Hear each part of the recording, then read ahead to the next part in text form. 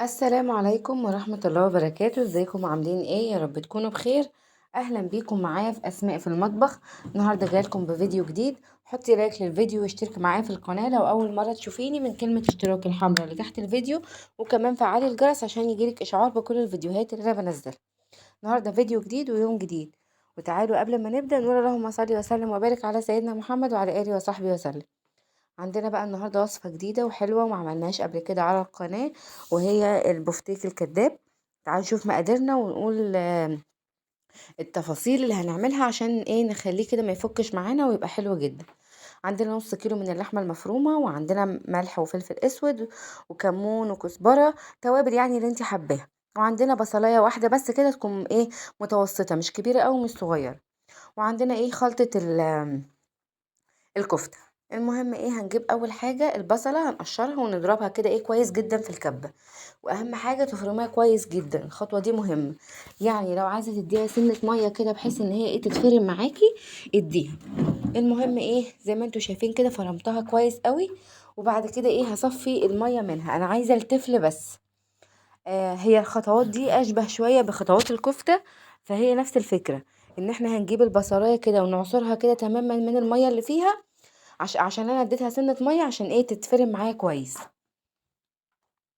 المهم بقى زي ما انتوا شايفين كده ايه بدأت كده ان انا اصفي البصل كويس. ودي من خطوات اللي هي النجاح او يعني اسرار ان هي ازاي عشان ما تفكش منك.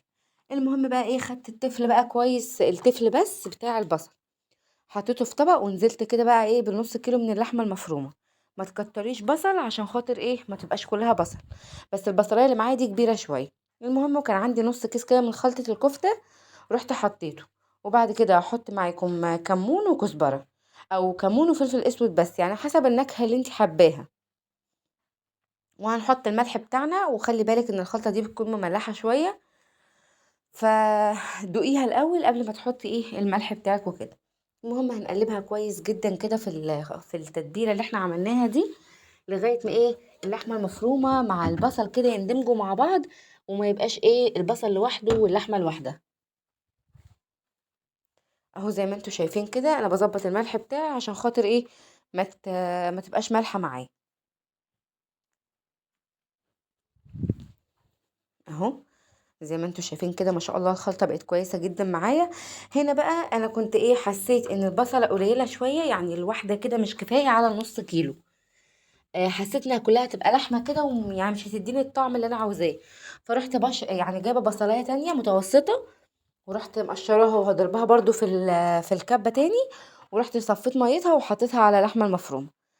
وسبتها حوالي ساعة في التلاجة، ساعة ساعتين. بس ايه الأنسجة بتاعة اللحمة تمسك مع البصل كده.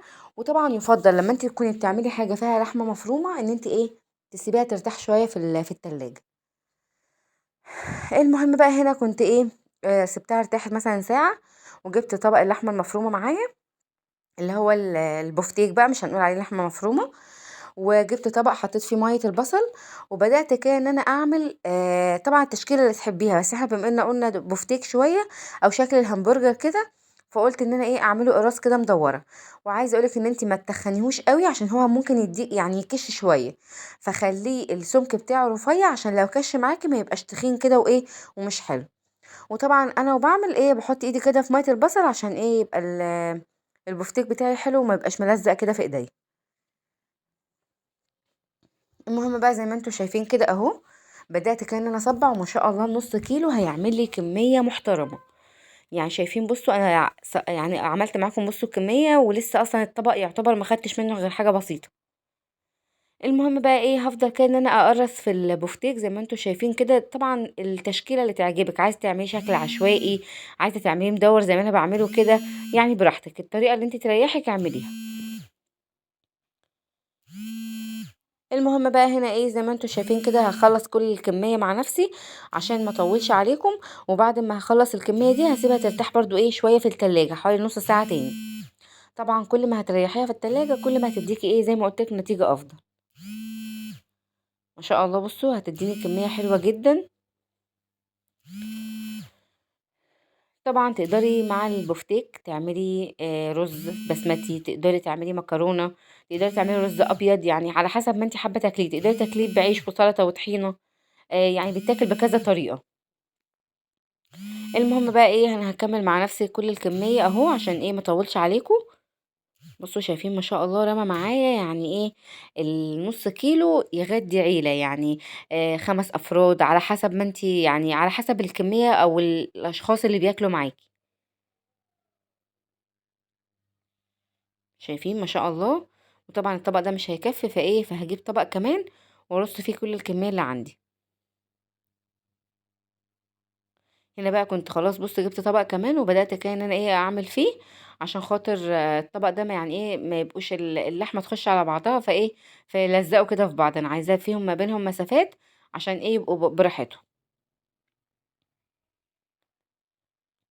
هنخلص بقى كل الكميه دي، وطبعا انا ايه زي ما قلت لكم تقدري تعملي معاه الاكله اللي انت حباها. انا بالنسبه لي النهارده هعمل معاها مكرونه، مش هعمل يعني رز بسمتي وكده. احنا يعني ساعات كتير بنحط الرز البسمتي في اكلات تانية، فقلت لا النهارده نعمل ايه جنبه مكرونه. المهم بقى ايه هخلص كل الكميه زي ما انتم شايفين ما شاء الله. النص كيلو عمل لي ايه كميه محترمه. هسيبها بس ترتاح شويه، وتعالوا بقى ايه نخش على البوتاجاز ونشوف هنعمل ايه. عندي بقى هنا حله كنت حاطه فيها ميه مغليه، هظبط الملح بتاعها عشان ايه هنسلق المكرونه. زي ما انا قلت لكم النهارده ايه هعمل مكرونه مش هعمل رز. هجيب بقى كده كيس المكرونه اللي عندي ده، احط يعني على حسب الكميه اللي انا هسلقها. هسيبها بقى المكرونه تغلي مع نفسها. وطبعا ايه كل ما تقللي في تسويه المكرونه كل ما هتطلع معاكي حلوه ومفلفله كده. ما يعني ما تقرصيش على السوا بتاعها عشان ما تبقاش معجنه معاكي. هسيب بقى المكرونه تتسلق كده، وبعد ما تتسلق هصفيها على المصفى. وبعد كده ايه هنبدأ ان احنا نعمل الصلصة. اهو زي ما انتوا شايفين كنت حاطة المصفى كده على في الحوض، ونزلت عليها شوية مية عشان ما تعجنش معايا. شطفت بقى الحلة وبعد كده اجيبها بقى على النار عشان نعمل الصلصة. انا بصراحة الصلصة كانت عندي جاهزة، كان عندي ايه شوية صلصة بالبصل كده كانوا باقيين، كنت عاملة يعني تقريبا محشي وكانوا بقى الصلصة دي. فقلت بقى ايه خلاص انا كده ايه الصلصة عندي جاهزة. هي نفس الفكرة يعني بصلة، تتشوح مع حتة فلفل كده، وبعد كده ننزل بالطماطم وتتسبك. فبقى عندي كده طبق الصلصة متسبك وجاهز، يا دوبك بس ايه هيسخن كده على النار ويتكتك كده مع نفسه. وهو بقى وشغال كده هبدأ كده ان انا اجهز ايه الكفر اللي هعمل بيه البفتيك. جبت بقى كده بيضة او بيضتين، يعني بيضتين، انا عندي البيضة دي كبيرة. احط بقى فيها سنة فلفل اسود عشان الزفارة. وجبت بقى الطبق التاني ده فيه البقسماط عشان ايه نبدأ ان احنا ايه نعمل الكفر بتاع البفتيك. اديتها بس سنة مية بسيطة كده عشان تفك معايا. وهنبدأ بقى ان انا ايه نجيب البفتيك اللي انا يعني هطلعه من التلاجة. وهبدأ بقى إيه كده ان انا اعمل الكفر بتاع البفتيك. عايزه اقول لكم هيطلع تحفة، مش هيفك مني ولا اي حاجة. وهتشوفوا دلوقتي النتيجة يعني ايه عظمة على عظمة. هاجيب بقى الطبق كده هبدأ احط كده البفتيك زي ما انتم شايفين في البيض، وبعد كده ايه هرجعه على البقسماط. وخليكي حريصة وانت بتعملي عشان خاطر ايه ما يفكش منك ولا يتكسر ولا اي حاجة. طبعا ده بيرجع ان انت ريحتيه شوية في التلاجة. اهو يعني ايه بدوس عليه شوية كده عشان اللحمة ايه ما تفكش من بعضها. بصوا كده اهو زي ما انتم شايفين. على فكرة هي الصورة جاية معاكم بالعكس، بس هي المفروض يعني ايه انا بعمل بايديا اليمين. المهم بقى هنا ايه زي ما انتم شايفين كده على قد ما هتقدري ان انت هتدوسي عليه كويس في البقسماط عشان خاطر ما يفكش منك. بتعاملي مع الحاجة كده بالراحة عشان ايه اللحمة المفرومة معاكي ما تفكش معاكي. المهم بقى ايه انا هعمل كل الكمية عشان مع نفسي، عشان طبعا ايه هطول عليكم لو انا عملت الكمية معاكم. وزي ما قلت لك يعني اهم حاجة ان انت تريحي اللحمة في التلاجة، ريحتيها هتديكي نتيجة كويسة. والكفر بتاعك هيكون كمان مظبوط. اهو كانت هنا الكاميرا ظبطت تقريبا خلاص. انا رجعت كده بايديا اليمين. طبعا احنا هنجهز بقى الزيت اللي احنا هنحمر فيه. وطبعا المكرونه كانت اتسبكت معايا، الصلصه كانت اتسبكت معايا، وهظبط بقى المكرونه. تقدري بقى تحطي معاها طبق سلطه طبق طحينه، يعني ايه على حسب ما انت عايزه تاكلي. اهو زي ما انتوا شايفين كده. بس ما شاء الله الكميه زي ما قلت لكم يا جماعه ممكن تكفي 5 افراد. 4 أفراد، يعني على حسب اللي هياكل بقى ياخد مثلًا 2 ياخد 3 على حسب اللي هياكل معاكِ.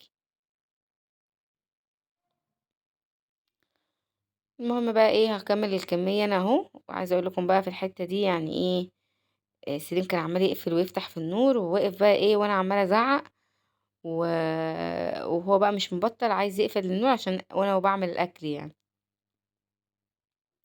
طبعًا لو إيه البقسماط قَل معايا هاكمّل، أنا ما حطيتش بقسماط كتير عشان إيه يعني لو ما يترميش منّي يعني خسارة. المهم بقى هنا كنت كمّلت الكمية كلّها، وبرضه في المرحلة دي لو دخّلتيه التلاجة يرتاح بالبقسماط زيه زي البانيه، هيدّيكِ برضه نتيجة حلوة. هنا بقى كانت المكرونة الصلصة كانت اتسبّكت معايا ما شاء الله كانت حلوة جدًا، نزلت بقى كده بالمكرونة بعد ما اتصفّت، وهنا كنت باضبّط المكرونة بحيث إيه لو اتبقى شوية مسلوقين عادي كده أنا ابني يعني بياكلهم، فقُلت بقى إيه على حسب الصلصة ما تقبل معايا يعني عشان ما تبقاش فاتحة أوي. هنا بقى زي ما أنتم شايفين المكرونة ما شاء الله لونها أحمر وحلو أوي، خلاص هاقفل عليها بقى كده وهاركنها على جنب، عقبال ما أبدأ إن أنا إيه هاجهّز البفتيك. هنا بقى كنت سخّنت الزيت، وهابدأ إن أنا إيه أقلي البفتيك مع نفسي، أهو زي ما أنتم شايفين كده، وزي ما قُلت لكم إن هو بيكِش شوية، بس عايزة أقول لكم والله اللحمة اللي أنا جايباها دي حلوة جدًا، ما كشِّتش كتير، وهتشوفوا برضه النتيجة بنفسكم. هنا بقى كانت البفتيك بعد ما قليته زي ما أنتم شايفين أنا ما قليتش تقريبًا الكمية كلّها، رشّيت بقى عليه رشّة بقدونس كده، وعملت طبق سلطة، وكمان هاغرف المكرونة، بس هنا بقى كنت مستعجلة وجوزي كان عايز ياكل وينزل، فما جهّزتش لينا إحنا كلّنا، أنا جهّزت له هو أكل، وبعد كده إيه يعني أنا حطيت لنفسي أنا وسليم بعد كده أكلنا. فكنت حمّرت يعني البفتيك كلّه، وهنا بقى كان حلة المكرونة أهي زي ما أنتم شايفين ما شاء الله حمرا وحلوة وزي الفل، وعملت طبق السلطة وكده يبقى غدانا النهارده، وعملنا البفتيك بطريقة حلوة والcover ما وقعش منها ولا أي حاجة. وبس كده زي ما أنتم شايفين الغدا بتاعنا كان جاهز النهارده، يا رب يكون الفيديو عجبكم، لو عجبكم بقى ما تنسونيش باللايك والاشتراك في القناة لو لسه مش مشتركين، وآسفة بقى لو أنا باتأخر عليكم في الفيديوهات بس بيكون غصبٍ عني والله، وأشوفكم في فيديو جديد بإذن الله، والسلام عليكم.